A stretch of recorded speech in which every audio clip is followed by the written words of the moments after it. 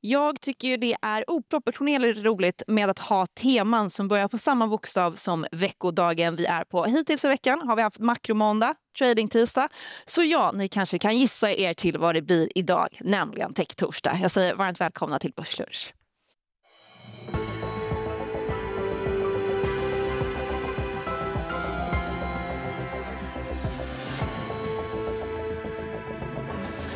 Så är det verkligen. Och med oss denna dag så har vi inga mindre än Johan Nilke, förvaltare på Lannebo, och Henrik Karlman, förvaltare på TIN Fonder, ny förvaltare. Sen igår. Ska prata mer om det alldeles strax. Johan Nilke, kul att se dig, var ett tag sedan. Ja. Vad säger du om, vi skrev i manus att det har varit lite tuffare för tech senaste morgon. Jag vet inte om det har varit det, men det har varit lite turbulent. Din sammanfattning av november? Ja, men det är väl att det har ju varit en smal uppgång tidigare inom tech eller i marknaden generellt. Och nu har de bolagen börjat skaka lite grann och allt kommer i spåren av AI och den lite hypade synen på det. Och när det kommer ner, då blir ju marknaden också tuffare för tech. Vi kommer komma in på det senare, men är det lite grann en fas där vi skiljer agnarna från vetet lite grann? Att det börjar liksom, nu börjar man från en liksom allt ska upp till nu försöker man positionera sig vilka som faktiskt blir vinnarna. Ja, men så är det. Och så är det ju alla de här lite hyperna. Till slut kommer man över och börjar tänka på hur man faktiskt ska tjäna pengar på det här. Och det är väl där vi börjar närma oss någonstans. Att det är det man tänker på nu. Vi tänker att finansieringen av det. Ja. Vi ska avhandla, du skrev elefanten i rummet har du skrivit också i manus. Precis, det ser jag i manus. Det är, apropå tech, Henrik, du går ju då till TIN. Det går inte att förneka att det har varit ganska tufft för TIN senaste åren på techsidan. Varit i skottgluggen, alla gillar att hata lite grann på TIN-fonder. Så att, varför väljer du TIN nu och vad ska du göra och varför tar du anlita? Ja, men vad man än gör liksom i livet så måste man ställa sig frågan om man kan tillföra någonting och man kan göra någonting bättre, eller hur? Och det är väl kanske en av anledningarna till att jag lämnar Case egentligen också. Att jag har gjort ett väldigt bra arbete där och vi har uppnått väldigt mycket saker och då kanske inte jag är bäst person till att driva saker vidare. Och då finns det en stor, fantastisk utmaning i att ta sig an TIN. Men det är inte bara utmaningen som gör att jag går dit, utan faktiskt är det ju som så att vår styrelseordförande la fram en ny vision för TIN, Rickard Josefsson, om att vi ska göra om TIN ifrån att vara ett nischat techfondsförvaltningsbolag till att bli ett brett, stort fondbolag som kan bli en större plattform. Och vi kommer starta diverse olika produkter kopplat till detta med start med den första fonden som jag själv då kommer förvalta också på måndag, en svensk småbolagsfond. Och apropå tuffa tider, din första dag på jobbet, så vår Surgical Science ner med 60%. Ett stort innehav hos TIN. Tankarna kring det?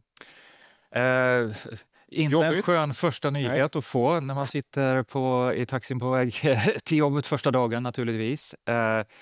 Det är ju ett bolag som jag känner väl eftersom jag själv varit investerad i det tidigare.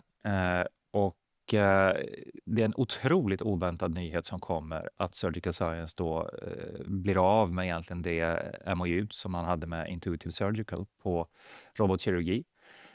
Jag tror inte någon i marknaden hade förväntat sig det faktiskt och det är inte där diskussionen har varit. Så att det är ju jobbigt, en jobbig nyhet. Det påverkar bolaget mycket. Det är väldigt jobbigt för oss på TIN naturligtvis för vi har gjort en felaktig analys och nu får vi ta in den informationen, ta åt oss den och utvärdera situationen varifrån vi går. Sen samtidigt som det är så får man ju också titta på lite grann då bolaget där det står och går nu. Det är ett bolag som har ett marknadsvärde på ungefär 1,5 miljard och en kassa på 600 miljoner och de omsätter drygt 1 miljard. Det är ju inte någonting som är borta som alla förhoppningsbolag som bara har massa visioner apropå AI och sånt men inte några kunder eller intäkter.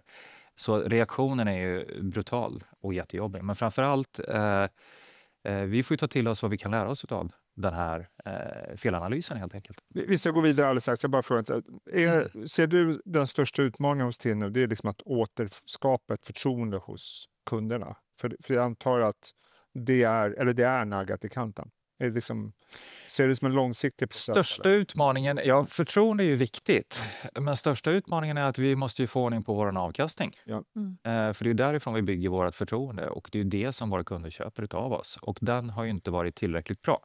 Det tycker inte jag, det tycker inte någon annan på TIN heller. Och Det är ju därför jag kommer in och blir förvaltare och även då investeringschef där. Så att Carl och Erik är ju kloka och insiktsfulla. Vi har jobbat tillsammans tidigare och de bjuder in mig faktiskt med syfte också att utmana de investeringsprocesser som man har och se hur vi ska kunna förbättra och förändra och bygga helt enkelt en starkare förvaltningsprocess för alla fonder.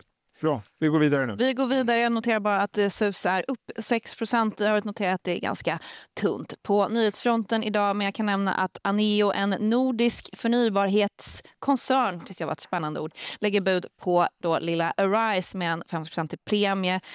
Konstaterar att vi också snart har inga vindkraftsbolag kvar på börsen. Kanske är det bra för oss. Jag noterar också att Paradox gör en nedskrivning igen. Den mest väntade än någonsin. Ja, det finns egentligen inte så mycket att säga om den mer än att den var väntad och aktien gick upp på 6%. Ja, exakt. Så. Varför är aktien upp så mycket på det här? För nu vet vi vad nedskrivningen blev. Nu vet vi hur illa det var. Nu kan vi vända blad. Vi kan gå vidare och vi kan fokusera på att bolaget faktiskt har sitt största lanseringsår någonsin framför sig 2026. Osäkerheten försvinner. Det är klart att aktien går upp. Och apropå vända blad, vi är snart inne i december, vilket innebär att det är dags att börja prata om 2026 och lämna 2025 bakom oss. Detta året som det blev i princip noll tillväxt, fast alla förväntade sig att det skulle bli mycket mer än så. Nu förväntas alla hög tillväxt 2026 igen. Tankar om 2026, hur ser ni på året som kommer? De flesta verkar vara positiva. Ja, så även jag. Jag tittar ju främst på småbolag, brett över alla sektorer. Jag är positiv. Tillväxten handlar ju om vinsttillväxt, inte om omsättningstillväxt. Alla förväntar sig och det är ju ganska viktigt. För vinsttillväxten kommer faktiskt främst utifrån marginalförbättringar som är i den. Men framförallt, vi kan gå tillbaka om man ska gräva lite i det här. Och det gör ju någonstans så här att du får lägre estimatrisk faktiskt på 2026. Men om man går tillbaka lite grann och tittar på den här grafen som jag har med mig som har lånat ifrån Victor Lindeberg på Carnegie, DNB Carnegie. Måste vara nogsam med det. 15 års historik med svenska storbolag och småbolag och deras vinsttillväxt årligen. Om man tittar på den här lite noggrannare så kommer man se att det finns ett enstaka år här eller där som små bolag inte har växt vinsterna mer än stora bolag. Förutom den sista egentligen 4-årsperioden. Där man har underpresterat på vinsttillväxt hela tiden. Varför har det varit så? Jo, den stora uppticken på vinster där är ju direkt efter pandemin. När man tjänade väldigt, väldigt mycket mer pengar i alla bolagen. Och då har du en skillnad i hur bolagsbyggare agerar i små bolag jämfört med hur företagsledare i stora bolag agerar. De vill ju investera sina vinster i väldigt mycket i tillväxt. Och om inte den tillväxten kommer, då sätter det sig tydligt på marginalen. Och det här har man gjort sedan pandemin ända fram tills egentligen i år. Så i år har jag spenderat väldigt mycket tid med att prata med företag som säger att vi optimerar våra kostnadskostymer för vi vill bli mer effektiva. Och det är det vi också ser då när vi tittar in på nästa år och ser att estimaten på vinsterna på små bolag ligger på bortemot 20% och på stora bolag på ungefär bara 10%. Det är ju jätteintressant för att den vinsten kommer ju drivas av marginalförbättringar som kommer i form av att man har sparat pengar eller sparat kostnader tidigare. Och estimatrisken går ner på grund av om du ska växa vinsterna via organisk tillväxt eller tillväxt på något sätt så är det mycket svårare att genomföra jämfört med att skära kostnader. Så att det finns väl en bättre sannolikhet att tro att vinsterna kommer igenom. Och så kan vi lägga på nästa saker. Räntesänkningarna har kommit, det har varit skattesänkningar, det kommer komma ytterligare skattesänkningar, vi har valår, det kommer komma valfläsk i USA, det är midterm elections och Trump kanske inte hittar på lika mycket dumheter, vem vet. Så att alla de här sakerna i en cocktail gör ju att det blir ganska intressant att blicka in i 2026 och man kan vara ganska hoppfull. Så nu är frågan om... Vad är ditt perspektiv då? Nej, men jag har Småtech. jag håller med om det här och det är ju samma sak att det har ju varit kostnadsbesparingar på flera håll och inte minst inom mindre bolag. Och när du väl... Och jag har lite tecken om, och vi kommer väl in kanske på det på någon slide senare, men att bolagen är lite mera... har lite mera förtroende. När man har gjort det här kostnadssänkningarna, man har gått igenom hela kostnadsbasen, Nu orkar man inte riktigt vänta på att den tillväxten ska komma. Utan nu, och det hör man från håll att men nu måste vi satsa. Ja. Och vi måste chansa på att ta lite marknadsandelar. Eller så. Och när det börjar, då, det är ju det första tecknet på att men då börjar hjulen snurra igen och då borde tillväxten komma på grund av det. Vi kan väl kika på ett av de bolagen som jag tror att du menar när vi pratar om positivare signaler. Det är ju då amerikanska Autodesk. En Adnode, vad ska vi kalla det för? Adnode är väl de... Det är precis. proxy, men exakt. Så Adnode är en av deras största liksom, återförsäljare. Och ganska bra konjunktur... Ja, men exakt. Så de har haft en ganska pessimistisk syn på makro och konjunkturen i sina prognoser, Autodesk. Och så kom man med rapporten häromdagen. Och det var inte så att de sa att nu är det guld och gröna skogar. Men de sa att vi hade lite fel, vi var lite för pessimistiska. Det är stabilare än vad vi trodde. Så att det är inte så att de går ut och säger att det är toppen allting och nu gasar vi bara igen. Och sen så kan man också säga om Autodesk i just det kvartalet och de siffrorna vi ser där är lite svåra att ha som jämförelsetal, för de har gjort om sin affärsmodell lite grann, vilket även påverkar då Adnode såklart. Och det påverkar siffrorna för det kvartalet, men det de sa var lite mer positivt om makrosignaler. Är det de signaler du också får när du pratar med bolag? Att det inte är så illa, för ibland känns det som att det var vi i media som sitter och säger att det är så himla illa. Nej, men tittar man underliggande operationellt så går det ju hyfsat bra för många sektorer tycker jag. Du kan titta på fastigheter som du ser det operationella liksom, utvecklingen i bolaget och förvaltningsresultaten är väldigt, väldigt bra. Du kan titta på konsumentbolag som har haft det tufft men lyckas prestera ändå ganska bra. Du kan titta på många techbolag som gör det ganska bra ändå underliggande. Sen så är det väl hälsovårdssektorn som har haft mycket motvind då. Men det mest intressanta tycker jag då, som ska starta en ny fond nu, det är ju att du får fått en enormt stor nedpress utav hela sektorer. Tech till exempel är ju en, hälsovård är en annan. Och det är långt ifrån alla bolagen där i som har gått dåligt. Det finns ju många som faktiskt har uppvisat ganska god utveckling. Så att, ja, jag tycker man kan. Jag tycker det var intressant där med omstruktureringsprogram och hälsovård och aktier som går dåligt. Man såg reaktioner på Elekta som kom med rapport häromdagen. Rapporten var väl okej. Men ett rejält omstruktureringsprogram och belönas direkt på börsen. Kraftigt. Intressant ändå. Det säger ju lite grann om förhoppningar om det. Många bolag har ju kommit med sånt. Vad hade vi mer, eller? Vi ska fortsätta lite grann med mjukvara, va? Ja, men vi pratade ju tidigare om att skilja agnarna från vetet. Och jag tycker vi ska kika på en bild som visar... Ja, du får förklara, Johan, för att vår redaktör Jonathan och Jesper satt och slet sig i håret och förstod ingenting av den här bilden. Men jag tror att det visar hårdvara versus mjukvara. Ja, men exakt. Det är kanske inte konjunkturkopplat direkt så, utan det är ju snarare här om den smala uppgången som vi har sett. Att vi faktiskt har... Det är ett fåtal bolag som egentligen har drivit det här och många av dem har ju relaterats till AI. Och motsatsen till AI tycks ju marknaden tycka vara mjukvara. Det vi hade som var det hetaste för några år sedan, SAS. Alltså mjukvara i molnet. Och det här är då det är då det tråkigaste. Det älskar man att hata under den här perioden just nu för att AI ska ersätta all mjukvara. Det tror inte riktigt vi. Men det här är då hårdvara versus mjukvara. För hårdvaran är ju infrastrukturen i AI. Det är spadarna och hackarna i AI. Så det är bolag som Nvidia och så i? Nvidia och liknande som ligger i den. Och de har gått mycket starkare på sistone. Och vi har flertalet mjukvarubolag som vi tycker fortsätter leverera starka siffror. Men som där aktiekurserna trycks ner ganska ordentligt. Så det kanske inte alls att skilja agnarna från vetet, utan det är snarare att se möjligheter i det som är hatat. Exakt. Vi har ju en liknande bild som visar också på just det med AI-diskrepansen, hur det har förändrats senaste tiden. Ska se om vi kan få upp det. Jag tror de håller på under vilken. Den här. Ja, det är ju lite samma liknande...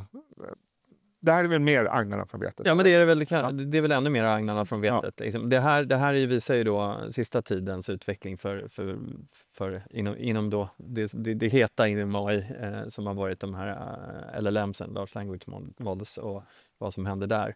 Och där har man ju sett lite grann att men är det en bubbla eller är det inte en bubbla? Det är nog inte en AI-bubbla, det kanske är en OpenAI-bubbla. Och den finansiering kring deras bolagen i den strukturen som Oracle, CoreWeave. Jag kollar på CoreWeaves balansräkning så blir man lite chockad. Men, och då motsatsen är då Google eller Alphabet som moderbolaget heter, och deras satsning på, de har ju en modell som när vi använder den går under benämningen Gemini. Och nu på sistone har ju Google haft en fantastisk utveckling. Och det som är styrkan i Google är att de äger hela stacken. Liksom. Allt ifrån från hårdvara till datacenter till eller apparna som byggs ovanpå. Och det här är en otrolig styrka, för nu går vi in i en tid när faktiskt kostnad betyder någonting. Hittills har du bara bränt pengar på att bygga den coolaste modellen, och du ska vara längst fram, och bleeding edge är det som är coolt. Nu har de andra liksom kommit ikapp lite grann, och vi har kommit till en punkt att för att komma längre krävs det så otroligt stora investeringar. Det här är kanske good enough, och vi kan börja ta betalt för det. Och där har ju Google en väldig styrka då, för att de kan hålla ner kostnaden på i slutändan tokens, det som vi använder för att använda dem. Funkar det här med ditt resonemang och liksom småbolag? Alltså hur kan man applicera det på när du gör investeringar? De som har tagit dina pengar. Småbolagen i Sverige, de har ju inte kunnat vara med på det här AI-racet i termer av att det som har hänt inom AI, det är som du säger, infrastrukturen har ju byggts i väldigt stor del, och det är det som har varit. Och det här påminner ju lite grann om egentligen när internet kom för 20-25-30 år sedan, och det kom med stora löften om produktivitetslyft och produktivitetshöjningar till mänskligheten. Och sen så tog det ju ganska lång tid innan du faktiskt fick igenom det. Och i min värld, det jag går och letar efter och söker efter nu, det är ju naturligtvis de bolagen som gör tillämpningarna och skapar produktivitet åt sina kunder och sina egna verksamheter. Och i ärlighetens namn, det är ju inte många bolag som har lyckats få fram de här riktigt stora produktivitetsförbättringarna ännu. Det finns väldigt många tydliga green shoots och det finns väldigt mycket ambitioner, men jag väntar ju faktiskt på att riktiga kunder till de här bolagen ska verifiera det genom att de betalar för de här tjänsterna. Och det kommer bli väldigt intressant att se hur det spelar ut, och det skapas väldigt mycket möjligheter nu. Jag tycker det är många små bolag som kommer och ropar AI, och sen om man är gammal mjukvaruingenjör som man själv börjar gräva i det, så inser man att det är väldigt mycket ord och väldigt lite innehåll. Och jag skulle gärna vilja se de här riktiga faktiska tillämpningar som någon köper. Och det får vi väl se vad vi kan hitta för någonstans då. Men det är först nu egentligen vi har kommit till den punkten att det faktiskt går att göra det. Att du kan gå ut och köpa liksom den här infrastrukturen och det börjar komma ner lite i pris. Och det är först då de här bolagen kan faktiskt på riktigt ta sig an det här. Så är det. Och så får vi massa falska starter dessutom. För massa kunder har ju hört att det här med AI ska förändra hela deras bransch. Så att kommer någon och slänger på den här och en AI-tjänst, så köper man den bara för att man köper den. Och sen så får man utvärdera då ifall man faktiskt kan använda den till någonting. Så att det är en väldigt stökig tid.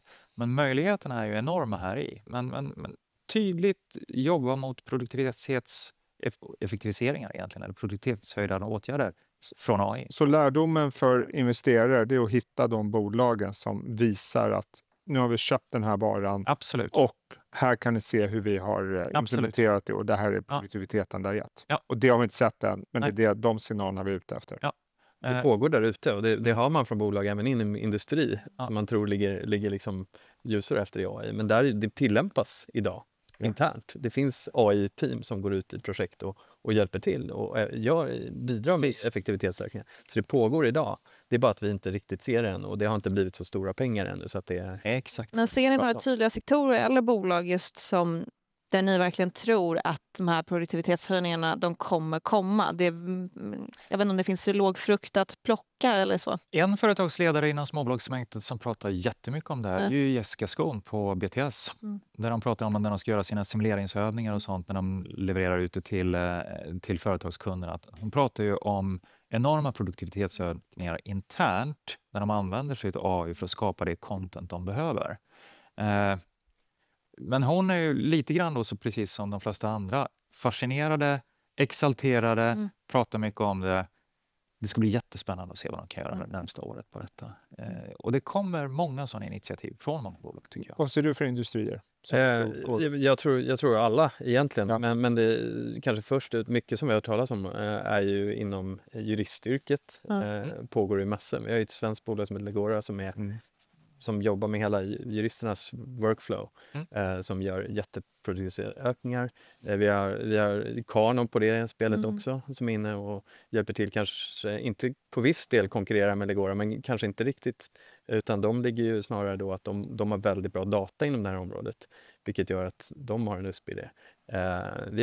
För oss i vårt yrke så vi börjat använda, och det ger ju enorma tidsbesparingar på vissa områden. Så det finns flera där det börjar hända nu. Och då vill ju inte man betala jättemycket till de här LLM-erna. Ett Kanon som sitter och köper in det här, eller ett Quarter som kanske folk använder det här, de vill inte betala massor för varje token, för det tar av deras marginal. Och har de en good enough modell som är billigare från Google till exempel istället för ChatGPT, ja men då går de dit. Det som är risken nu är att kinesiska modellerna är kanske de billigaste. Och det är ju en fara, för då kanske det mycket hamnar där. Där bygger ju, alla de bolagen jag träffar som bygger tillämpningar är ju väldigt nogsamma med att bygga öppna gränssnitt mot just LLM-erna, så att de ska kunna byta ut dem från tid till annan. Så att det håller ju på att bli en commodity på LLM också. Och dessutom hela den här ökningen utav bandens på beräkningskraft och sådant gör ju också att värdet utav data har helt plötsligt ökat astronomiskt. Google kommer ju aldrig komma åt all data till exempel. Jag tror vi kommer se avtal. Det kommer stängas mer och mer och mer på öppenheten på data. Jag tror vi kommer se avtal med bara data som köps och royalty på data. Det är väldigt bra span. Det blir spännande. Jag hoppas bara inte du och jag, Jesper, blir ersatta av AI, och inte ni heller, för det hade varit så himla tråkigt. Jag kan bli ersatt, tror jag. Nej, jag tror inte. För du är tillbaka imorgon i rutan. Det är inte jag, men du är tillbaka tillsammans med Noel 11:45 precis som vanligt. Stort tack för att ni har tittat.